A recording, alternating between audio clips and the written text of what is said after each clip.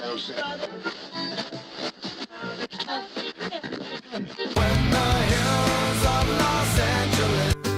Angeles, I'm and most Hollywood nights. She goes to California, oh, California. California. What you say about Los Angeles? LA got the people saying.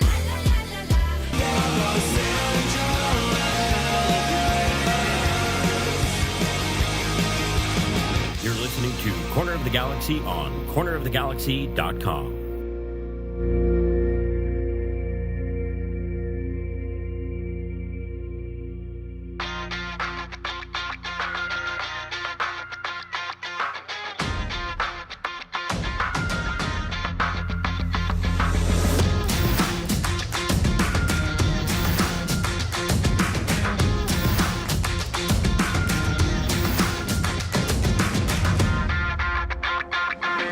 Welcome to Corner of the Galaxy, the show that talks 100% LA Galaxy soccer.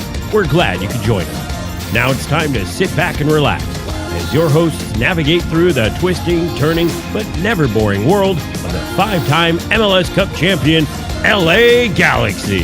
Hello, everybody. Welcome to Corner of the Galaxy on cornerofthegalaxy.com. I'm your host, Josh Guesman, coming to you on a Thursday, October 28th, just 3 days before Halloween. It's too hot to be saying that. I realize that. It's supposed to be cooling down. It should be good on Halloween. LA Galaxy get a 2-0 road slap from the Sporting Kansas City. We're going to talk about that game, and I say we, I mean me. I'm going to talk about that game. LA Galaxy didn't look good. We'll talk about it, see if we can find any redeeming qualities in it. I doubt we can. We're going to do it anyway. Of course, getting you ready for the Seattle game. A whole bunch of MLS news in there as well. Some stats, some graphs, some charts, all that fun stuff. We're going to make sure that we have all of it ready and rocking and rolling for you today. All right. Whew. How's everybody feeling? Little personal check-in with everybody. Want to make sure everybody's okay. I'd like to start by telling you a crazy story that happened to me today while I was driving home, driving down the 55 on the southbound side of the 55. I don't know if people are familiar with it. Maybe you are, maybe you aren't. But going south, headed home, there's a split to the 73, and there's this car in front of me, and apparently they thought they had missed their exit, and you could tell that something was up. They put their turn signal on, even though the exit and the split had happened quite a long way. And we know that in most cases, those two exits are on level ground, and then you could just go through the median. Which, by the way, you should never do those striped out areas there. You should never go through those. As a matter of fact, don't ever go through those. That's a request. That's me, begging. Please don't ever go through those. So this person apparently thought they were going to go through that and just jump on the 73 because they missed their turn. They didn't realize, apparently, that there's about a 15-foot elevation change, and it's higher going to the 73 than it is as the 55 drops down, the 73 goes up. So this person started to drive at, I'm guessing 70, 75 miles an hour on a 30-degree bank up, towards the 73 split. And so they quickly realized that was a horrible idea, slammed on their brakes. People started, peeling off, going different ways. I was right behind them, so I sort of watched it all happen in very slow motion, and then passed by as they slammed on their brakes and stopped, and their car came to a rest. Everybody was fine. It looked like it was fine. But here's Josh's moral of the story. One of we have an argument in my family between my dad, my mom, my sister, and we argue about it all the time, who the best driver is. And it's very clear who the best driver is. It's me, but everybody else likes to pretend that they're the best driver. My sister will tell you she's the best driver. She's not even close to the best driver. Being she doesn't listen to this, I'll tell you, she's probably 4 of 4 on that whole thing. My mom taught me how to drive. My mom is a very good driver. My mom and my dad is a good driver. He drives a lot, so he thinks that he's a really good driver. Let's just say they're tied, and it's clearly me up there. But my mom taught me something, and I'm going to share it all with you, is she always told me, if you go past your exit, just Just go past it. You can always come back around. It doesn't matter. Don't try to do something crazy. Don't try to like drive through bushes or up really steep embankments to changes. Just go to the next one. And this is true even when you're driving in the middle of the desert and you know that you pass your exit and it's going to be another 10 or 12 miles until there's a turnaround. There will always be a turnaround. This way you are safe. So that was my little fun wake-up call on the way back from work today. So yeah, there you go. A little personal check-in. Hope everybody's doing well. Hope everybody's driving safely. I know it rained on Monday. I'm sure that was a shocking experience for some of you. Just slow down a little bit whenever it rains. Just a little bit. I mean, I'm not saying you have to crawl. Just slow down a little bit. I'm glad. Is this driver's ed talk with Josh? It feels that way. But anyway, you've learned some very valuable lessons today. In fact, more lessons probably than you will learn from the rest of the show where we talk about the LA Galaxy. You've learned that I'm the best driver in my family and it's not even close. And you've learned that you can always go past an exit and come back to it. So that's where we're at. I'm solo tonight, as I'm sure most of you know. Eric was busy traveling. And everybody else was a little busy. And you know what? We haven't done a solo show in a while. I haven't hung out with you guys. You guys haven't hung out with me, just on a one-on-one. So I'm glad I could do it. And I'm glad it comes after this game because I think emotions are a little high after this game. Now, we went into this game, FYI, we went into this game talking about the Sporting Kansas City and the Seattle games coming up and how there was a very good chance the LA Galaxy were not going to win either of those games. Okay? Either of those games. There was a very good chance. We knew that. You knew that. Don't lie to yourself and say, "No, man, I was convinced." No, you knew it was a very, very difficult task to go into Kansas City, a place the Galaxy do not win, and try and get a result. All right, and a point would have been great. By the way, a point would have been great. That would have been a good thing. It was raining. It was like 56 degrees. It was a game where really a lot of things were stacked up against the LA Galaxy. And so you knew going into these next two games, and now we're through one and we have the last one. This is the toughest game. This is probably the tougher game than really the Sporting Kansas City game when you figure you have to go to turf. Although the way Seattle's playing, we'll discuss it. Maybe not. Maybe there's some hope there. But the Galaxy had to play a perfect game in order to beat Sporting Kansas City. Very well coached. Very, very good job by Peter Vermees. I hate Peter Vermees when he's standing on the sideline yelling and screaming and whining for 90 minutes. I don't like that about him at all. I think it's the worst side of him. But the man is absolutely, an MLS genius whenever it comes to constructing teams and being there. And Sporting Kansas City looking to win the Western Conference and has jumped over Seattle now. So there was very slim chance of going in there and really getting things. They were jacked up. They knew that they'd get first place. All that being said, if you want to take the positives out of this, Sporting Kansas City, who has a very good offense, who is known for being able to score goals and manipulate defenses, got 2 shots on goal. They both went in. They both came from Johnny Russell. That's the story of this game. If you want to take it just at that shallow level, that's the story of this game. All right. If you want to take it at a much bigger level, if you want to take it at I want to understand what happened, then it's very simple. The LA Galaxy got outplayed, outcoached, and outclassed. Not something you want to hear whenever you're trying to make the playoffs, but it came from a team that is significantly better, has significantly more experience than the LA Galaxy. All right. To be fair, Sporting Kansas City came into LA and kind of put the same performance on in LA, which was we will expend exactly as much energy as we need to expend in order to beat you. And this is one of the reasons we're one of the best teams in the Western Conference and in the league. All right. This is something mature teams understand. This is something the Seattle Sounders understand. All right. To be honest, this is something the Colorado Rapids do very well, which is expend just enough energy to beat you. Right? It's something the LA Galaxy did well against Houston when that 3-0 win. We talk about that all the time, is that they expended enough energy to beat the Houston Dynamo, and then they were able to park it and slow it down. Okay? So, Sporting Kansas City, a very knowledgeable team. Greg Vanney acknowledged that they were very good. Afterwards, he went through a whole bunch of reasons why the Galaxy didn't play, and he had to interrupt me as I was trying to ask my second question. He was like, also they're very good. He goes, let's not take anything away from it, and clearly there's some respect there for Peter Vermees, as there should be, in this game. So, that's the overall broad view. But like I said, the outplayed, outclassed, outcoached thing is 100% true. We could talk about Greg Vanney. We could talk about the lineup. We can talk about all those things. Before we get too far into it, I want to remind everybody that New England has clinched the Supporter Shield, which is important to them, and the Supporter Shield means something. It just doesn't mean what MLS wants it to mean. But they're doing it like in ridiculous fashion, 73 points. Bruce Arena put together a team in 2 years that now has the highest record number of points ever in the history of Major League Soccer.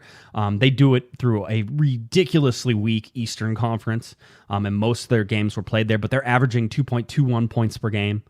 They only have 4 losses all year. They're 12-1-3 at home and 10-3-4 on the road. And they are 21 points right now ahead of the second place team. That's almost 7 wins. 21 points is 7 wins. That's 7 wins better than a Nashville side. New England, Nashville, both in the playoffs right now. So we can talk a little bit about them. But, it's worth repeating. And I want to take everybody on a little history lesson as we look at what has happened to the LA Galaxy over this time. Is that after Siggy Schmidt was let go, and Siggy's health was on the downturn, Bruce Arena did reach out to the LA Galaxy. We reported on this whenever it happened, or at least within the months after it happened. But Bruce Arena did contact the LA Galaxy and offered to help. I can't say offered to come back, but offered to help in some way in which Bruce wanted to help. And we know that the LA Galaxy, certainly they took that initial call, but they never called back. There were a lot of fans, including a lot of people who've listened to our show, who said Bruce Arena is done. There's no point in bringing him back. He's MLS 1.0. Soccer has passed Bruce by. Have a nice day, everybody. Soccer has passed Bruce Arena by.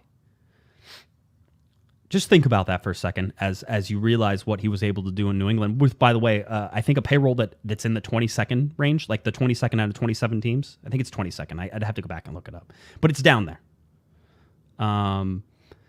So Bruce Arena was able to put together a winning team. And by the way, I mean, I've always said that New England has a weakness, and it's Nashville, and Nashville could definitely upset them in the playoffs. I don't know if you're slowing down Nashville, or I don't know if you're slowing down New England right now in the Eastern Conference. Maybe somebody in the Western Conference. Maybe that makes sense. But Bruce Arena, listen, and somebody brought this up. I thought it was really good, and I forget who it was on Twitter, but Christian Miles, I think, even was talking a little bit about it, and Christian's great. He was talking about how there was no respect sort of for somebody like Bruce Arena, MLS 1.0, like Dave Sarakin, MLS 1.0, like Dominic Kinnear, MLS 1.0. Any one of those guys could have and maybe should have been given the head of the LA Galaxy at some point. By the way, I'm happy with Greg Vanney. I know people are upset and angry because the Galaxy are slowly slipping out of the playoffs. And listen, they're 1 point from the drop line right now. As they go into Monday, and we'll tell you, they could be out of the playoffs by the time they play on Monday. I don't know if that's going to happen. We'll take a look. There's some results that have to go, but that type of thing. But I'm happy with Greg Vanney. I'm happy with the progress that they made because there's been significant progress this year. The LA Galaxy sometimes play with purpose, meaning a game plan, all those things. Supporting Kansas City, and to bring it all the way back, that did not happen. Let's talk about Greg Vanney making some mistakes in this. And I think, in general, listen, I'm not going to sit here and second guess personnel, especially whenever we look and say that Joveljic started up top. By the way, this is like backup quarterback syndrome in either professional ranks or college football, where everybody's like, dude, put that backup quarterback in. He's going to do so good. Just put him in there. Well, you got your backup quarterback. You got Joveljic starting in this game because Chicharito did not travel with the team. He did not travel because he was sick. And I talked to Greg Vanney afterwards. We got notice as soon as we figured that Chicharito was not here, and we were looking at the lineup. I asked the LA Galaxy. They came back and said that he was sick and it was non-COVID related, but that they didn't want him traveling with the team, the whole deal. I'm like, okay, makes sense. But when you say that, you're like, oh, well, how sick is he? What does he have, a hangnail or something like that? And in one of the biggest games of the year, he would have to be significantly sick in order for that to make sense, right? You would have to be pretty sick. Well, I mean, Greg Vanney afterwards said what Javier was going through. He said that he had, a very high fever, aches and pains. He was throwing up, had a sore throat. So a whole bunch of things that sound, somewhat close to COVID, but are not COVID related. At least that's what they're saying so far. We'll see. That can change always. But hey, flu season is around there too. All right, everybody. So hey, Josh, the life coach. I saw that in the chat room. Josh, the life coach, says, "Go get your flu shot." By the way, heard something on Twitter. Do not know if it's true. I'm gonna just pass it along, and somebody can say, I think that might actually be true. They said that because everybody was wearing masks, because everybody was wearing masks for the last year, that a couple of the flu strains went extinct. They went extinct. All we had to do was wear. Why doesn't common good? We could have all just worn some masks for a couple of years, and maybe we can knock out some of these flus. There's always something that comes and replaces these things. I'm not naive in that. But anyway, back to this. So Chicharito didn't travel, and Greg Vanney said, it would have been it would have been irresponsible basically to put him on the plane with everybody, not really, so he's going to get everybody else sick. I saw somebody on my Twitter feed was like, he should have played. This was a big game and you needed to have him. I'm like, yeah, I think it's perfectly fair to say that he should have played whenever he had a really high fever. He was throwing up. He was not in good shape. He was feeling very sick. He had contacted all the team staff. They were trying to get him better. They were doing all these things, right? So you look at that and you say, okay, so, he's that. And then you want to put him on a plane, the confined space that we all talk about. And we all know that you can share germs in an airplane. And listen, they have really good air filtration systems coming from somebody who has been in the airline industry. I can tell you that is absolutely true. The HEPA filters do circulate that air very quickly, and they bring in a lot of fresh air too. People never realize that. There's a lot of fresh air that gets brought in. That's great. Having said that, you still don't want him in a plane whenever you need everybody else. So you have to spare Chicha in this in order to make sure that nobody else gets sick, because this is something that could have gone completely through it. Now, having said all that, Chicharito is one of the reasons the LA Galaxy looked absolutely toothless in this game, because he wasn't there. Joveljic is not Chicharito. Oh, shock, surprise, awe, amazing. Chicharito is not Joveljic, and Joveljic by himself up there was not a threat for most of the night for Sporting Kansas City. So, can't really question Greg Vanney on that. Won't question Greg Vanney on that. Lletgets starting, Grandsir starting, fine and fine. Victor Vasquez starting, fine. Raveloson, fine. Dos Santos, fine. Hämäläinen, not really a choice, fine. I think in a perfect world, if Villafaña was healthy enough, and we have not got an update, and I will remind you that there is an LA Galaxy media call coming up on Friday. We're recording on Thursday night. Of course, it'll be on Friday. Friday, a little afternoon, or a little bit before 1, I should say. The LA Galaxy will hold a media call. I don't know who's speaking yet. Greg Vanney will, and maybe we'll get an update on Villafaña and sort of understand updates on Chicharito, that type of thing. But with Villafaña not being available, not being here, not being on the bench, then the only person you can play over there is Hämäläinen. And you should have known whenever you played Hämäläinen there, and even if you were playing Villafaña there, by the way, you were going to need help on Johnny Russell. So here's the thing, is that Sebastian Lletgets being in front of Hämäläinen was supposed to provide some help. Raveloson cheating to that side was supposed to provide some help. Williams on that side is supposed to provide some help, right? Williams cheating over, or at least covering and backing up Hämäläinen. That's what has to happen whenever you have a guy who's as good as Johnny Russell. So I have no problems with this lineup. Araujo back there, Koulibaly over Steres, flip a coin. I thought Koulibaly was fine in this particular game, although there was some lax defending that certainly led to the first goal. We can talk about that a little bit if you want. And then Jonathan Bond back there in line for the goalkeeping. All right, so there was Klinsmann, Steres, Cabral, Kleshin, Alvarez, Zubac, Saldana, and Fisher on the bench. That's where we're at. Now, here we go. When we look at this lineup and when we look at sort of what challenges it presented against the Sporting Kansas City team, I will tell you right away that Sporting Kansas City did a very, very good job of shutting down, Victor Vasquez and Sebastian Lletgets and Ryan Raveloson and Jonathan Dos Santos very well. When you look at Sanchez in there and Roger Espinoza and Walter, they were very good at sort of stepping up and taking away the space that Vasquez usually uses to turn, that Lletgets usually uses to find space, and Raveloson. This is part of that chess game that sort of happens here, right?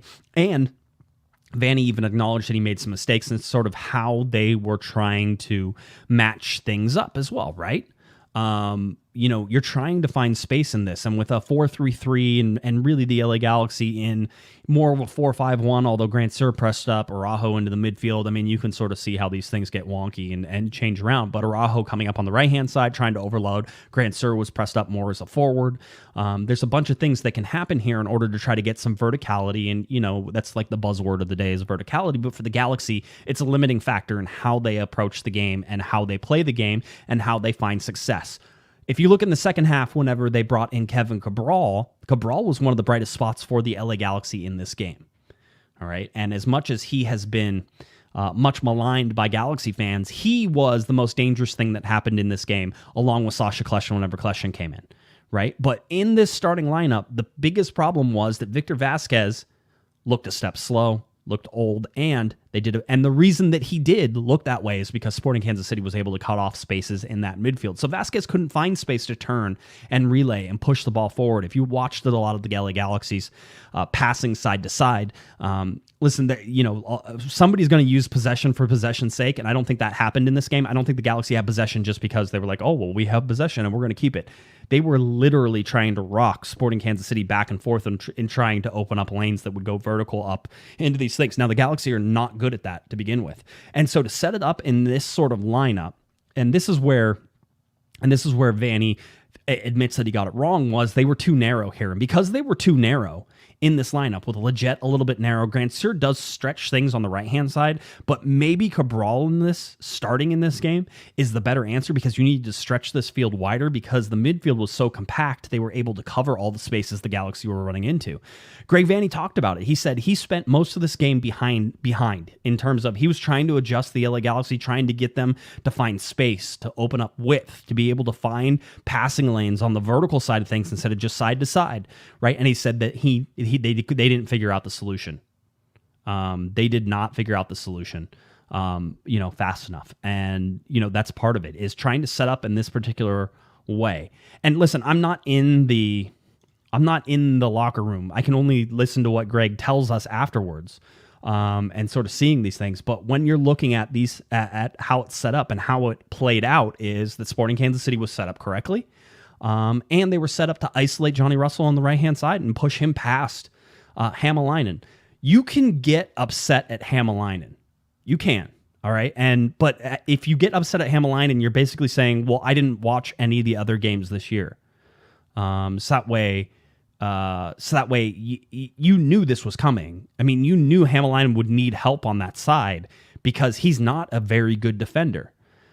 He's a average plus attacking left back, and he's an average minus defending left back. And you knew he was going to have problems with Johnny Russell. Is one of the best attacking weapons in Major League Soccer, and he loves to eat up the LA Galaxy. For whatever reason, he gets a bug up his butt and away he goes.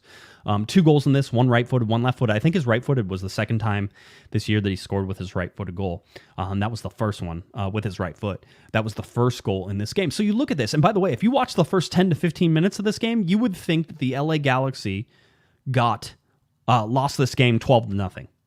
I think Sporting Kansas City had 6 or 7 corner kicks in the first 10 minutes, right? If you go through the 15-minute mark, the LA Galaxy were just pinned. They had no relief zone. Remember, as much as, again, as Chicharito is a target forward, he drops into the midfield a lot, right? We've seen that. We've seen him drop into the midfield. We've seen him come back to the ball. And when he comes back to the ball, he can sometimes work as a relief valve. Joveljic tries to do that as well, but he's not as physical in the way that he needs to be. Now, Chicharito is very, very good in terms of drawing fouls and drawing contact and setting his body between him and the ball and the defender and making the defender come through them, and then adding a little oomph and rolled whenever he gets fouled as well. I appreciate all those things. These are little things that Chicharito does that you don't get with Joveljic, right? And so your backup quarterback that everybody wanted to see, you put him out there and you watched him just stay out there all by himself, just not doing much, not being able to find any room, not being able to find any space. People weren't playing him through. There was, I think, one play in the second half, maybe it was even the first half, where the LA Galaxy actually had picked up possession. So we get through the first 15, 20 minutes, the Galaxy actually pick up possession again, and now they're starting just barely to put a little pressure on Sporting Kansas City. There's drives, there's good passing. The passing was quick. They were able to find a little bit of space before Sporting was able to go ahead and readjust to what the Galaxy were trying to do. A lot of it running through Julian Araujo, by the way. Julian Araujo, I said it while the game was going on Twitter. I will say it here again. The LA Galaxy's best player this year. I've tried to quantify that in different ways and be like, oh, well, but Chicharito, blah, blah, blah, is a difference maker. Chicharito is a difference maker. Julian Araujo has been the best player on the LA Galaxy. He has been the best defender for the LA Galaxy. He has been one of the best. He leads the team in assists for the LA Galaxy. I think he has 6, right? And he is one of the main reasons the LA Galaxy have an attack that scores goals is Julian Araujo. All right, so Julian Araujo needs that moniker for the LA Galaxy this year. So whenever the team awards that are coming up are coming, and we'll talk about the MLS ones that were announced, and Julian Araujo's name is prominently featured in a bunch of these things. But when we're talking about the individual awards for the LA Galaxy, my votes are going to be a lot of Julian Araujo. Right? He's probably, if I get a vote, I believe, for Defender of the Year and Player of the Year type of thing. We'll see if they take that away again, because they're worried Julian Araujo is going to win it instead of Chicharito. But Julian Araujo deserves the Player of the Year for the LA Galaxy. Was as good in this game as he has been. Just there's not a lot of room in this. There's not a lot of things that he can do in these games. And Joveljic, by the way, somebody in the chat room. I'm trying to sort of see where it was, but they were saying, Joveljic wasn't getting fed the ball, well, you have to move for it. Whenever Chicharito's not getting fed the ball, what does he do? He drops back real deep and he's able to assist and do those things. Joveljic tried to do that a couple times and he could not fight anything off physically. So you are going to have to play ridiculously good in order to beat this Sporting Kansas City team, and the Galaxy did not approach that. Their one spout, probably about the last 10 minutes before the goal, so maybe from the 30th to 40th minute, the Galaxy were in control. They looked good. They looked like they were pressuring Sporting Kansas City. And then what happens, but something we have seen happen to this LA Galaxy team as well, and we can blame the defense.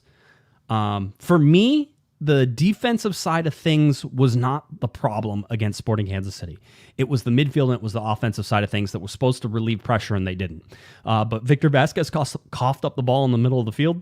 Whenever he coughed it up, Sporting Kansas City was able to come in. Now, here's the biggest problem with the defense is Derek Williams had a chance to clear a ball. 100% had a chance to clear the ball. Could have kicked it out of bounds.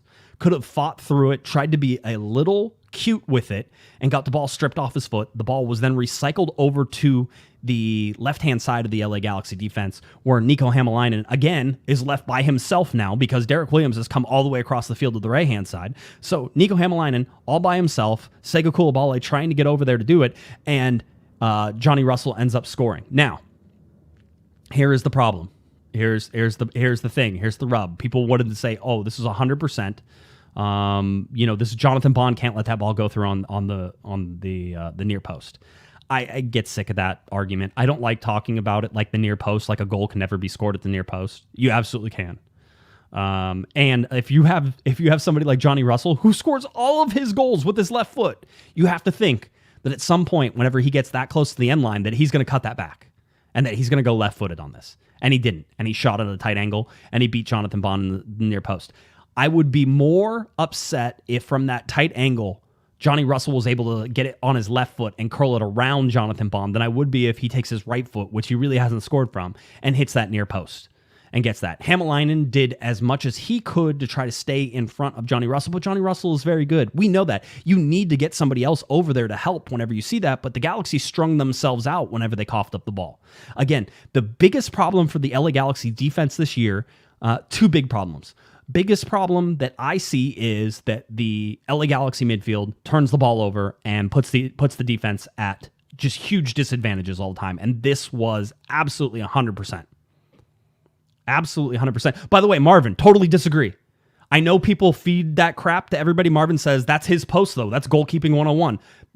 I totally disagree with that. 100%. 100%, because I've talked to goalkeepers, and they're like, it's any other place. You have to be positioned. Yes, you have to split the difference sometimes. And we say, oh, you can't get scored on your post. It doesn't matter. You can't get scored on anywhere. A near post is a near post. That's like one of these things that people talk about. And I forget, there was some really famous goalkeeper who was saying, it does not matter. It does not matter at all which post they score on. They're not supposed to score. It's about positioning. It's about positioning and sometimes the odds. All right? So I have no problems with that Johnny Russell goal. It was excellently taken. It was excellently struck. All right? So, no, but going back, it's the midfield. The midfield has caused a problem. The other problem is the LA Galaxy don't recognize whenever they're in trouble. Let me just hit my microphone. It's fine. Don't worry about it. Is that the LA Galaxy sometimes don't recognize trouble. Clearly on the first goal in the 40th minute, that's what happened. Derek Williams didn't realize the trouble that he was in. Didn't realize the LA Galaxy were strung out, even though they just got countered. Didn't realize that he needed to clear the ball as quickly as he did, and Sporting Kansas City was able to copy that. He was able to see that, and they were able to move that ball over the other side. They will then move it over the other side. That's where we're at. That's where we're at. That's the defense in this game. And if you want to talk about the second game, go ahead. Or the second goal, you can. Derek Fisher got caught a little bit narrow, but again, a poor giveaway from the LA Galaxy. They allowed Sporting Kansas City. And at this point, who cares? Right? 82nd minute. I was going to say 82nd minute. The Galaxy still are trying to find a goal to tie this game. These are one of these things where I do not care that Johnny Russell scored a second goal. It was a very nice goal, by the way. Excellently taken. Left-footed. Curled it around him. Right? Nothing he could do about it either. Jonathan Bond in correct position. Curled all the way around and brought it back. Perfectly taken. Johnny Russell is that guy. He's that guy always.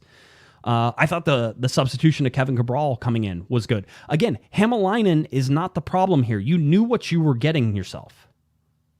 You knew what you were getting in Hämäläinen. So you needed to have a game plan to be able to protect Hämäläinen whenever Johnny Russell comes in. Everybody wants to blame Nico. Again, did you not watch any of these? Have you not watched any of these games? You knew that was going to be a problem whenever this game started. So it's about making sure you help him. Lletget is probably a pretty good option to try to help Nico Hämäläinen. Not always. Certainly Lletget pushing up. Raveloson cheating to that side is a good thing to help Hämäläinen. I thought Raveloson had a bad game. I thought Jonathan Dos Santos had a bad game. I know Victor Vasquez had a bad game. Lletget was MIA from the very beginning, and you could tell. One of the ways that you could tell that Lletget had a bad game is as soon as Sasha Kljestan came in for him in the 72nd minute, the Galaxy were able to find some vertical passes. And again, in a perfect world, Sasha Kljestan is 3 or 4 years younger, and he's a 90-minute guy, and he's just not. 15 minutes at the end of that game after playing the game before is about as much as you could possibly help. That's it. That's where you're trying. That's what you're trying to get, and that's what you try to get out of him. And you saw the vertical pass. You saw the shot on goal that Cabral got in the second half. You saw all these things. You saw the progression. You saw the ability to find some balls, in spaces. Sebastian Lletgets has a problem. He has a big problem, and the problem is that he does not feel confidence within this system. And so in the off season, because there's going to be an off season. In the off season, whenever that happens, hopefully after the playoffs, hopefully after the LA Galaxy have surprised everybody and won an MLS Cup, I don't believe that that's out of the realm of possibilities. It's not a high possibility, but certainly I still feel like the LA Galaxy are going to make the playoffs. We'll talk a little bit about that here and sort of figure out how that fits in. But Sebastian Lletgets has a problem. He needs to figure out how to play in a Greg Vanney defense, and if he can't do it, then you're done. Then he has to go somewhere else. He has to Giassi Zardes it, right? He has to go somewhere else. That way he can play in a system that's more comfortable for him, and he's going to be successful whenever he does that. Or Greg Vanney needs to take a page out of Bruce Arena's book, right? And let Sebastian Lletgets find his game within this system, which is, I don't need you to play exactly where I want you to play. I need you to play where you feel comfortable, and let's see how we can work around that. I was talking to Kevin Baxter. I don't know. I think I'm pulling it back just a little bit. Kevin's working on a story about Bruce Arena and has talked to a whole bunch of people and the whole deal. And one of the players that he talked to said, the reason Bruce is so good is because he lets you play free. You don't have to think a lot about Bruce's system, because Bruce's system is you go do what you need to do, and we're going to make sure that we work within that to make things. It's why New England can go out there and beat a Colorado team. Pretty easily without really, breaking a sweat in order to break that record, 73 points, held by LAFC. And they still have the game. So, I could see New England finishing with 76 points, which puts that record, so I feel, so far out of touch. But, I'm sure people thought that whenever LAFC put it there too.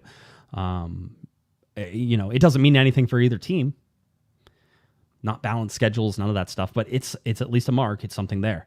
So Sebastian Lletgets has a problem. Victor Vasquez has a problem. He is not getting any younger. And you can see it. He sometimes, I have to imagine that he's hurting, and we know he is. Vanney talked about him and both Jonathan Dos Santos playing with Knox the game before. I doubt they just suddenly got better. There's a bunch of guys who are injured on this team. Julian Araujo was late getting to our talk afterwards. In fact, he was the last person on the bus because he talked to us afterwards. And that came really because of he was in the treatment room, right? So he was in the treatment room. He was getting treatment, that type of thing. So he's not feeling well 100% either. Nobody is at this point in the game. There's 2 games left. You've played 34 games plus preseason, everything else. Your body hurts. The games are coming fast and furious. There's no time to rest and recover. But yeah, that's that's one of those things that you look at and you say, okay. Let's hear from Greg Vanney. Give myself a little break, but let's hear from Greg Vanney and what he said. This is his answer to my question. Just gave him a general thought. So this one will be a little longer, but listen to what Greg says. Try to pull it apart. Try to understand what he's trying to say, and then maybe we can discuss it a little bit. Here's Greg Vanney after the game. Yeah, we were, as I said to the guys from the start, we were set up great. And then we felt like the whole game we were trying to organize ourselves in a way that we could settle in and get more comfortable, get more of the ball, still be dangerous, defend in a way that we were comfortable. And I felt like I was chasing the game the whole time to try to get us into some way that we could feel comfortable and still be dangerous in the game. So as I said to them, I appreciate their effort. I thought they worked hard the entire game. They fought for everything in the game. They tried to battle through the game. We just never really found our comfort zone within the game. And so, I put that on me in terms of our organization and just trying to get us into the right spots. I felt like we were too narrow at the start, just with Seba inside, and so we didn't create any spaces for us to be able to play forward early in the game. So then we got Kevin on and tried to just get more width ahead of the ball, and try to open up some space. As we did that, we had some moments, but we also weren't as solid defensively, and we weren't necessarily as dangerous, and weren't able to really get dangerous in front of their goal or around their goal. So as we started to go, we started to try to find different ways that we could support our forward and try to get more something in front of the goal, more presence in front of the goal, more balls in front of the goal, something that could threaten their goal. And in the process of doing that, we, trying to get some numbers in the right place, we obviously exposed ourselves a little bit. I mean, they had 2 shots on goal in the grand scheme of things, but having said that, we just never really found a comfortable position in the game to be able to get some control of the game. That's why I say the guys battled and we dealt with a lot of stuff. But we just never really found our comfort and our flow in the game of how we were going to control the game and how we were going to create a chance. And so, but the guys competed for 90 minutes. We put this one behind us, and now we got to concentrate and prepare, hopefully, for the next one with an extra day to get on the field and try to work out some preparation for Seattle. And can you give us? They're also a good team. We have to give them credit. They're also a good team who very much understands their structure, and they've got guys who fill their roles very well, and they played. Their structure played a good part in the game for them being able to control things. So. All right, there we go. A little Greg Vanney talking after the game to me about some things. I asked him a little bit about, and it's a lot of what I just said, right? That the narrowness, the fact they weren't creating lanes. I asked him what Sporting Kansas City did to order shut that down. He talked about the midfielders moving forward, that type of thing. That's where we sit. Here is his update on Chicharito, by the way. I asked him why Chicharito didn't travel, all that fun stuff. So here is his response. Yeah, he was the night before travel. He reached out to the docs. He was not feeling well.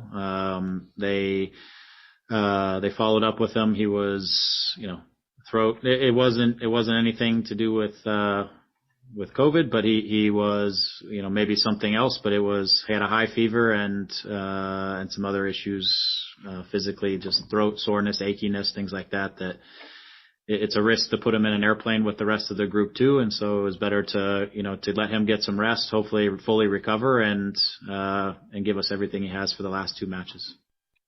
All right, Greg Vanney feeling, I think, a little optimistic right now that Chicharito will be able to play for Seattle, for the Seattle game. So we'll see if that indeed is the case or if it is not the case. I brought up, and for those of you on the podcast, I'll explain it to you, but for those watching live, I brought up the passing network as well. The interesting thing here is the lack of link between a sort of central forward that Chicharito usually brings. Victor Vasquez is there sort of in the middle of the field, but he's obviously recessed from Joveljic and Grandsir, who are sort of playing as the two, quote-unquote, 2 strikers. Just average position for most of the time on this, as you see. Lletgets a little bit, sucked back in there. Julian Araujo pushed all the way up on the right-hand side. Again, the Galaxy get into this 3-4-3 whenever they attack. It's just not that, and that average position always sees Araujo way up because he makes runs from one touchline to the other touchline. So his average position is usually about midfield whenever you look at this. But there's some strong passing network through the middle of the field, but more horizontal If you look at vertical sides of this, there is no vertical side to the LA Galaxy. We've talked about it many times before. The LA Galaxy have not figured out how to be a vertical team.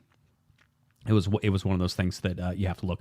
A lot of people were asking about taking Grandsir out whenever the LA Galaxy brought Fisher in. I thought that was an interesting move from Greg Vanney, and the reason that listen, Grandsir runs out of gas, and when he does, he is much less effective. So I could understand Greg Vanney saying that he's not going to get much more out of him. Bringing Fisher in moved Hamalainen up into the left wing role, so the Galaxy went 3 in the back. We're able to push the wings up with Araujo.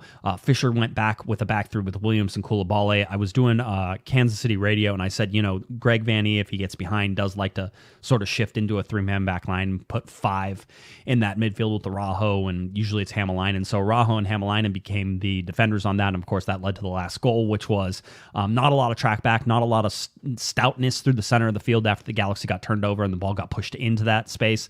And then Fisher playing a little too narrow on that was allowing Johnny Russell to get on the outside. So that's where we're at. Again, the LA Galaxy, 50% possession on this. I mean, as much as you'd like to look at the stats and say, oh, the Galaxy didn't get played off the field, they really did. This was never in doubt for Sporting Kansas City. Even if you look at expected goals of 0.7 for SKC and 0.8 for the LA Galaxy, that does not tell the story of this. The LA Galaxy were outplayed. No rhythm. Nothing in that really showed anything. And if you want to go look, FotMob has the ratings for everybody's on the field. If you look over on the Sporting Kansas City side, there's a bunch of green marks, meaning that they played, sort of, I think, above that 7.5 level in order to get a green mark. 9.2 for Johnny Russell. Obviously, he was outstanding. Ended up being player of the week as well. Well-deserved for him, no problems. You go over in the LA Galaxy side, the best player they're showing is Jonathan Dos Santos. I can understand that just from a passing sense. And certainly his 15 to 20 minutes that he had just before the first half was over was some of his best. Was able to find pockets on the right-hand side, was able to find a little some vertical passes, combination with Julian Araujo in there. I can understand that. Everybody else, though, no thank you. Have a nice day. We'll see how it goes. All right? That's where we are. That's where we're at. Again, to me, Greg Vanney said that he put this one on him. I'm fine to put him on that, but there's something that needs to happen here, and I think the biggest lesson for Greg Vanney here is this. Play the Galaxy in a position and in a formation and in a style that they are comfortable with. And even if it doesn't match up, I'm sure he's looked at it and said, with Sporting Kansas City, they're going to be able to do this, this, and this.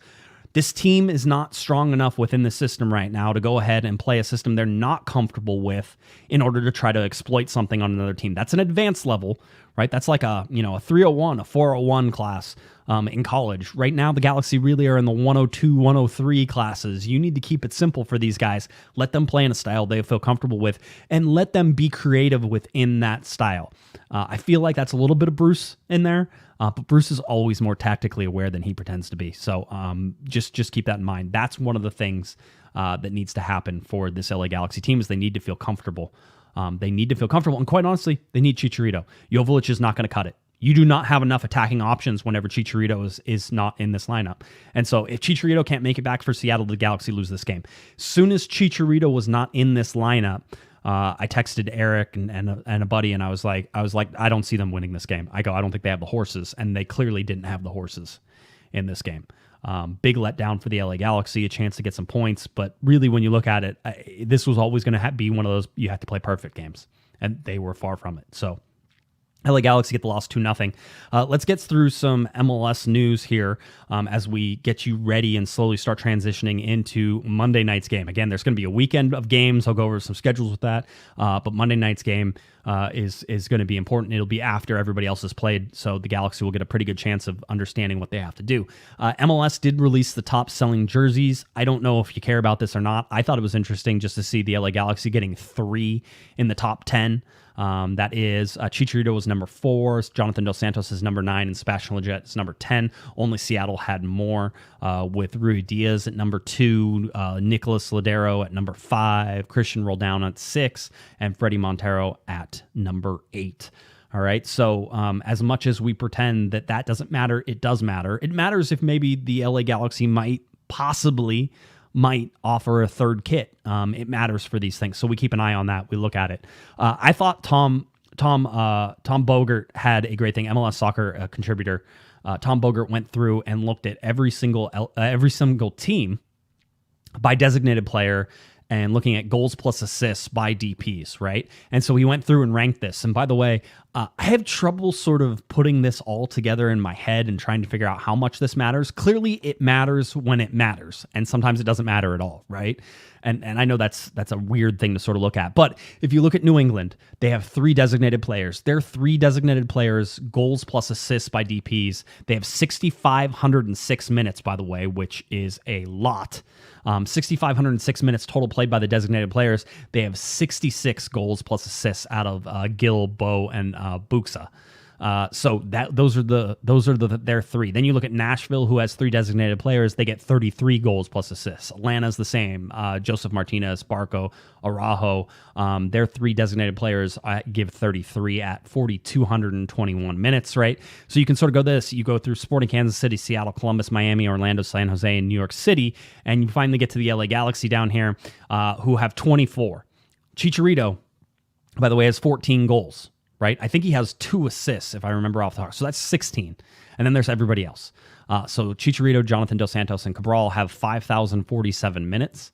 And with that 5,447 minutes, they have gotten 24 goals plus assists out of their designated players. They are towards the middle of the list. I'll say the middle of the list. But again, it matters and it doesn't matter, right? As you look down here on the bottom, Philadelphia is a very good team. They have 8 goals plus assists from their 1 designated player. You look at Dallas, who's horrible. They have 10. They have 2 designated players, 2,800 minutes. They have 10 goals plus assists from that. But go to Colorado, who is one of the better teams in the Western Conference. They have 1. They have 1 DP, 470 minutes, 1 goal or an assist. I don't even know which one it is. And Colorado is just fine. So it matters when it matters, and sometimes it doesn't matter. It's just that's where you're sitting. That's where you're looking at. That's what you're trying to figure out for all these things. Now, I actually did the LA Galaxy's designated players, and I track that and sort of keep an eye on that as well. The designated player minutes for the LA Galaxy, Javier Hernandez, Jonathan Dos Santos, and Kevin Cabral were at a total number of minutes played at 5,047. I have the same number as Tom, so at least we're both doing something right there. The LA Galaxy, that means that the LA Galaxy's designated players have played in 61% of the minutes. Somebody asked me if you go and look at all of the league, how does that compare? And I said, well, I don't track all of the league. I only track the LA Galaxy. But what I do is have 4 years worth of data. So if you go back to last year, the 61% in 2021 is actually the highest percentage of minutes played by the LA Galaxy in the last 4 years. 57.9% in 2020. You look at 59.2% in 2019. And then, of course, you go back and you're back to 2018, and 50.7% of the total available minutes were played by designated players Giovanni Dos Santos, Jonathan Dos Santos, and Roman Alessandrini. They also had Ola Kamara and Zlatan Ibrahimovic on that. And if you added their 87% and almost 80%, respectively, onto that, the Galaxy finished at 63.5%, but we were counting DPs, and those guys weren't DPs whenever that happened. So the LA Galaxy at 61% is the best in the last 4. But somebody actually went and looked at 2014, and I can't confirm this, but the LA Galaxy designated players in 2014 shows a 78% availability. This is a chronic issue for the LA Galaxy, getting designated players who don't play. Jonathan Dos Santos and Javier Hernandez guilty of that. This is important, that you have to have game changers. You have to have winning, and your designated players need to be on the field if that's going to happen. For the Galaxy, that has not happened over the last 4 years, and they have suffered because of that, and it's something they have to continue to look. Your availability is a skill, right? Availability is a skill. Sasha Kleshin told us that. Chicharito has been failing that skill. We know that. We've been following that for a while. So that's something to sort of take a look at whenever we get there. So Tom Bogert did a great job on that. Let me, I'm going to probably have you listen a little bit to Julian Araujo after this, only because I'm getting a nice little tickle in my throat and I'm going to start losing it. So here's Julian Araujo talking a little bit after the game against Sporting Kansas City and just, trying to sort of put everything together. Yeah, obviously we had a different plan this game. It didn't work out the way we wanted it to go. But no, this game is over with now. We can't really stress over it no more. We know we have 2 games. We have 2 finals to focus on. We have Seattle next on Monday. And we just got to go up now. We just got to turn it around. We got to recover. We got to focus on what we need to focus on and learn from the mistakes that we made today. But we're gonna have our full squad next week, so we're gonna be ready for Seattle and hopefully to turn it around. All right, I then asked Julian a little bit about the LA Galaxy and how they've never been below the line. They've never, not once, not for one day in 2021, have the LA Galaxy dropped below 7th in the standings. All right? They have not done it. And the LA Galaxy are 1 point from dropping out of the playoff contention after having been there for 32 games. By the way, the majority of that up in the top 4. After doing all that, the Galaxy are on the precipice of doing that. So I asked him if they're watching that line and would it be a disappointment. Here's his response. So we're not really keeping our focus on the line. You know, we know that we want to get to the playoffs. We know what it's going to take. We know that we got to win these games coming up, and we're not focused on we're not really keeping an eye on the line. You know, we know how many points we need to get, and our goal is to get to the playoffs. So we're going to do whatever we can to get there. All right, there we go. There's Julian Araujo talking a little bit there. So that's sort of where we finished with that. I'm looking at the LA Galaxy's weekly schedule. Galaxy did not train today; they were off today. The Galaxy probably arrived last night. I was talking to some people. Probably arrived back in the LA area. I can't remember if they went to Long Beach or not, but probably to Long Beach. They arrived back and they. Probably around 1 or 2 a.m., which then they drove back to the stadium. So then you probably able to leave at about 2 or 3 a.m. And so that's what time everybody got home, was about 2 or 3 a.m. So a Thursday off. I was told, by the way, that other people stay back and actually, put all the equipment away and do all that stuff, and those guys could be here till 5 or 6 a.m. On those travel days and doing all that. So it's a long, long day for the Galaxy. So they will train on Friday. Media availability a little bit before 1 o'clock.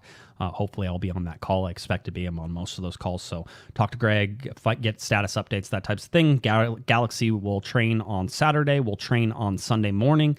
And then they will travel to Seattle on Sunday afternoon when the LA Galaxy will then take on the Seattle Sounders. 7 p.m. Pacific time is the kickoff for that.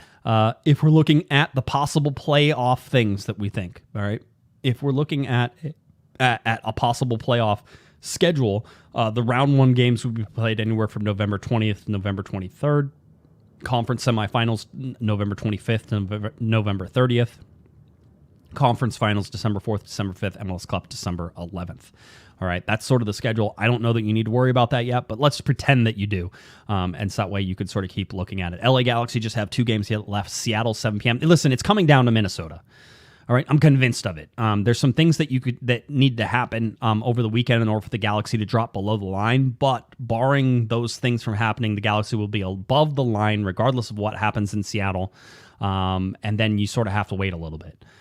We'll see, and we'll try to talk a little bit about what that's going to look like whenever we actually have another show on Thursday. Remember, there's no Monday show because the Galaxy play on Monday. Tuesday is a no-go, and then so basically we'd be ready for Thursday anyway for Sunday final with Minnesota. So this is, that game is coming down to Minnesota. We've known this for a while. I think that Kevin was a little optimistic whenever he was like, oh, well, they can't let it get to this game. It was always coming down to this game unless you think the Galaxy were suddenly going to get a lot better and be able to take points from Sporting Kansas City to Seattle. Now, Seattle has some issues. We can talk about those issues as we sort of move forward, but I want to get you ready. There are some games that you need to watch. One of the games that you need to watch on Saturday, October 30th, it's RSL hosting San Jose. Listen, you really need San Jose to win that game. San Jose has been eliminated from the playoffs. They got eliminated by Portland. If you saw Spria's overhead goal, it was a thing of beauty. You should go watch it. A little volley, a little kick over his head back into the back of the net. It was a lot of fun. You need RSL to lose that game, or again, we always talk about minimum point distribution, right? Minimum point distribution would be, a 0 in this case because you want RSL to get 0 on it. But really, San Jose needs to take points at RSL. The likelihood of that happening, kind of small. Don't really put my faith in San Jose. There's another Western Conference game that everybody's like, oh, what about Colorado and Houston? Nobody cares. Colorado's above the Galaxy. They're going to stay there. Houston is eliminated from the playoffs. Those points don't matter. But the 10:31 game, Sunday, October 31st, 10:31. It's a 10 a.m. Pacific time kickoff. Sporting Kansas City will travel to Minnesota to take on Minnesota. SKC is playing in every window to close this out. right? And so there's some danger here that they go to Minnesota, who's battling, right, and trying to get some things done, trying to stay above the line, trying to do all these things, and that Minnesota might find a way to get it. Minnesota just lost to Vancouver. Minnesota in this Kansas City game. If both of those games don't go the Galaxy's way, Minnesota could jump them and RSL could jump them. Even if RSL draws, they would be tied on points with the LA Galaxy going in. So even a draw is okay because the LA Galaxy the LA Galaxy lose that. I was trying to think, the wins are fine. No, the wins would not be fine. RSL has the wins, and it would go to goal differential, and RSL is +3, the Galaxy are -4. RSL will jump even with a draw. So the Galaxy could drop to 7th whenever RSL beats San Jose, which I'm fully expecting to happen. Then the other thing is that Minnesota versus Sporting Kansas City game, Sporting Kansas City still battling for that first spot. They're in it right now, 58 points. Seattle, 58 points. Colorado, 55 points. Portland, 49 points. So you look at that and say, okay, they're going to be battling for that game. They need that game. Seattle, coming up on Monday, they're like, we'll have a chance to be 3 points ahead of Seattle, and then maybe the LA Galaxy can cause some problems. But Sporting Kansas City is probably saying the Galaxy aren't going to win that game, and so we need to go ahead and make that happen. So if Minnesota beats Sporting Kansas City, then they could go up and jump the LA Galaxy. If they get a draw, or worse, they'll stay below the LA Galaxy. That one would put Minnesota on 46 points. You go to the wins, Minnesota has 12. They would then be underneath the LA Galaxy, so they would not be able to jump the LA Galaxy. So the Galaxy are probably going to fall in 7th. I think the most likely scenario in all this is that the LA Galaxy are going to be in 7th by the time they go to play on Monday. Then there's problems because you look at the midweek schedule after that, and there's games that are played on this Wednesday that's coming up, that could affect the LA Galaxy as well. And then there's the Sunday games. This is one of those things to look at and say, okay, you got to keep an eye on this, but the Galaxy could be in that 7th spot. All right, could be in that 7th spot. Wait and see, but that's where it sort of looks like it is headed right now. Went through that schedule, went through the standings. I think you're good on that one.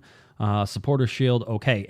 End of the year, MLS end of the year nominations. Let me get through these quick before I head over to the Seattle game and get you ready for this. Landon Donovan, MVP award. Julian Araujo and Javier Chicharito Hernandez were nominated from that. Most teams nominated 1 or 2 people in order to get there. Neither of those guys are winning that award. Goalkeeper of the year, Jonathan Bond is nominated from the LA Galaxy. He's not winning that award. It's nice to be nominated, though. He is the only, almost everybody puts their goalkeeper up for goalkeeper of the year, unless they didn't start all that many games. Defender of the year, Julian Araujo, Derek Williams. Araujo's name will be in the mix for Defender of the Year. He's not going to win it, in my opinion, but he has been very, very good this year. So, expect him to get some press around Defender of the Year. Newcomer of the Year, Jonathan Bond and Ryan Ravelison. I don't think they're winning either of those, but they're at least nominated. Young Player of the Year, Efrain Alvarez. It's kind of hard to be the Young Player of the Year whenever you're the second best young player on the team, which is Julian Araujo. Julian Araujo has a chance to be the Young Player of the Year, 100%. Keep an eye on that and sort of see whether or not he will be in the conversation for sure. Comeback Player of the Year, Javier Hernandez, after his injuries last year. I don't think he's going to be mentioned in this, although he does have 14 goals in 19 games, I think, so far this year. So there's some talk of that, but with him missing, again, significant amount of time, it's kind of hard to do that. Humanitarian of the Year, I would be surprised if Julian Araujo doesn't win that award, but we will see. He's going to win it for the LA Galaxy for sure. Just again, keep an eye on that, Julian Araujo in that one. And then the Siggy Schmidt Coach of the Year award, Greg Vanney is listed in there. He will not win it. All right. Let's get a little bit and get you ready for this Seattle game. Let's just have fun and let's see. Can I even do this? I've been messing around with stuff for so long. It's like, oh yeah, I know which buttons to push. I have no idea what buttons to push. We can talk a little bit about this Seattle game coming up on Monday, November 1st. The LA Galaxy traveling up to the Seattle Sounders, play at Lumen Field. The game, 7 p.m. kickoff. 7 p.m. TV time, 7:08 p.m. kickoff. This looks like now a nationally televised game. Game going to be picked up on TUDN and on Twitter as well. That seems to be the case. We'll just keep an eye on that, but this is a big game now. Everybody's paying attention to it, and so it wouldn't surprise me that the national TV pickup on this is a thing that is actually going to happen here for the LA Galaxy. Galaxy 13-12-7, 46 points. Seattle Sounders 17-8-7 for 58 points. If you want to know something, the LA Galaxy Galaxy and Seattle Sounders have the same home record this year, 8-4-4, 28 points, both of them they got from home. That is good news for the LA Galaxy. The bad news is that Seattle 9-4-3 on the road. That's where they've gotten a majority of their points. They are better on the road right now than they are at home, but that's good for the Galaxy going up to Seattle in a place they have not won in a very long time. Galaxy 8 points out of the last 5 games. Seattle just 4 points out of the last 5 games. Winless in their last 4 games for Seattle. This is the longest of streak of the season for them. And the LA Galaxy, of course, we know, have 2 wins in the last 13 games, so not exactly great stuff whenever you look at that. A whole bunch of injury updates, a whole bunch of fun stuff to sort of take a look at on this. The biggest one is the LA Galaxy have not won in Seattle since 2016. July 9th, 2016, actually, 1,941 days ago, whenever the Galaxy actually take the field on Monday. That's how long it'll be. 1,941 days since the Galaxy won. In that game, Robbie Keane scored a goal, assisted by Giassi Zardes. Brian Rowe was there. Dave Romney was on that team. Daniel Steres, Baggio Husidic, Robbie Keane, Steven Gerrard, Giovanni Dos Santos, Giassi Zardes, AJ De La Garza, Jeff Laurentowicz, and Yellow Van Dam were the starting lineup.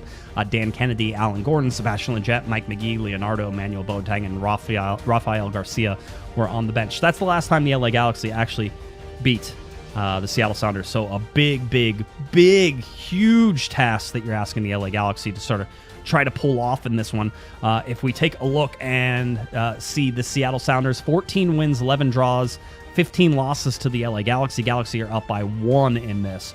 I actually went back and looked at 2015, and the playoff game that was played there in Seattle was a knockout round game.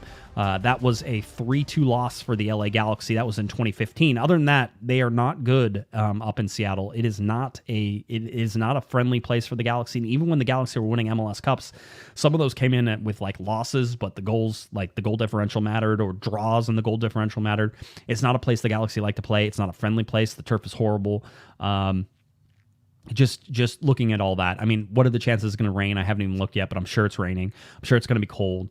This is going to be a very difficult game if the LA Galaxy are going to get any points in this. The really interesting thing here is that Brian Schmetzer was on the radio tonight, or this afternoon, and there was a whole bunch of news that sort of come out. So Will Baroon will be out. He actually got his knee injured again in the game that they lost to LAFC 3-0 in.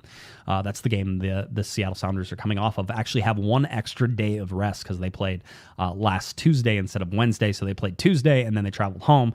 So they've been resting and doing. He says, Schmetzer says that Rui Diaz might be back, although they're certainly weighing the long-term benefits of that. If I read between the lines there, I would be surprised if Rui Diaz decided to show up in this game. Just because I think they're like, we're happy, we're going to be in the playoffs, we want them healthy, we don't want to check them, or we don't want to push them. Nicholas Ladero, who's not played a whole bunch, they're waiting to see how his knee reacts from this weekend. And so whether or not that sort of comes in, he has not been playing for them either. So Jordan Morris, Brian Schmetzer said, has been medically cleared and will play and will do something against the LA Galaxy.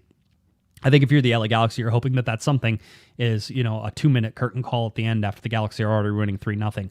But that's a big ask. The Seattle Sounders have been very good, but if they don't have a striker, if Rui Diaz, they don't want to rush back and they don't want to put Bruin out there, they will have more of an issue. Freddie Montero may come up and take that spot, and Montero certainly knows the LA Galaxy well.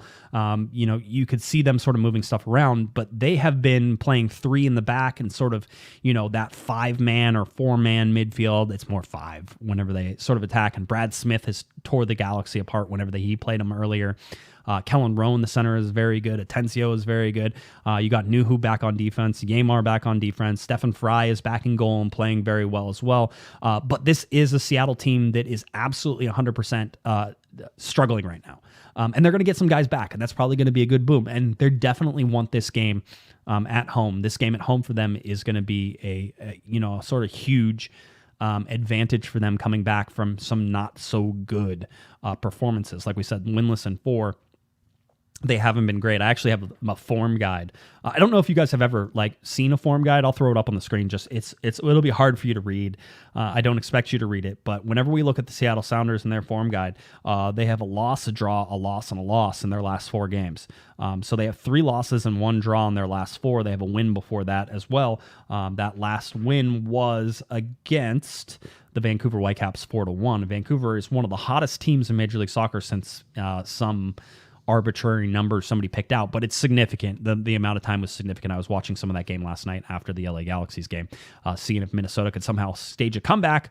They got a goal, but they couldn't get the second one, so Vancouver ended up winning that game. I was sort of looking for a draw there as it goes out. As we look at this Seattle team, though, the biggest thing is they really do like to play, sort of an outside in, so those outside backs, those outside wing backs like Brad Smith are super, super important to how they play. And if those guys are playing well, then you have a big problem. The Galaxy have to figure out how to match up in the midfield with them. And I think we've already talked about how the LA Galaxy have struggled to match midfields and a bunch of things that have happened in the past. The Galaxy do not have a stout midfield. They do not have a dynamic midfield, and teams like a Sporting Kansas City or Seattle tend to bog them down in the midfield, and that kills any creativity. You guard Victor Vasquez, you certainly can. So that's something to sort of watch here as we go. Set pieces are something that Seattle seems to thrive on a little bit, so keep an eye on that. A lot of times they'll play it short in order to move angles. As much as you guys all hate short corners, Seattle's actually pretty good at them, and they get a lot of bodies in the box. The Galaxy are going to have to be on their toes whenever it comes to defense. Nick DePuy should be back. I don't think I saw, and I haven't seen it yet because they haven't released it yet, but I'm looking for yellow card suspensions or anything. I don't think there were any +1 yellow cards that we were worried about going into that Sporting Kansas City game. I think it was +2, so nobody should be suspended for this game in Seattle. Madronda is another guy you sort of have to watch too. And then I was sort of looking at a bunch of their old games, and Will Bruin has been really important to them. So the fact that he won't be there and re-injured his knee is going to be a positive for the Galaxy. I mean, if you want to be positive about this, is you have a struggling Seattle side who hasn't put together a good game really in their last 4, who got blown out by LAFC, earlier this week on a Tuesday, 3-0 on the road. And is missing some guys and trying to get some guys back. I don't know how they can sort of make that happen. I don't know how the Galaxy find a way. Chicharito has to be in the starting lineup.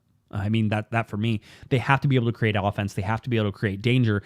And with this 3-man back line that turns into a 5-man back line whenever they're defending, the real sort of key here is those vertical balls in behind and in the spaces, right? Running off of, the left shoulder of the outside back, cutting towards the goalpost, finding balls between two guys and in spaces. It's those little passes, the ones that we've seen Kevin Cabral get on the end of, with the ones that we've seen Chicharito get on the end of, that you can push Grand Sur into those moments as well. But that means that the midfield has to find them, and that hasn't happened. I think if you're looking for something realistic from the LA Galaxy, is they don't win this game. If they draw this game, that would be a huge point for them. A huge point. Massive point. It is going to come down to Minnesota. You cannot deny that it's coming down to the Minnesota game. All right? So keep that in mind when you're watching this game. We all know it's coming down to Minnesota, and it should matter. But, I don't know what else you want from the LA Galaxy. They're going to get a chance to get into the playoffs. All right? If they can win this game, then I think they have a real chance. All right? But their chances skyrocket if they win this game. Let's put it that way. Skyrocket if they win this game. If they get a draw, it's of such an important point. It's such a huge point that they could get. And if they don't get any, it's probably coming down to the last game anyway. So this is where it is. This is where it sits. You have a bunch of guys, and we sort of went over the Western Conference standings, but let's go over them again one more time.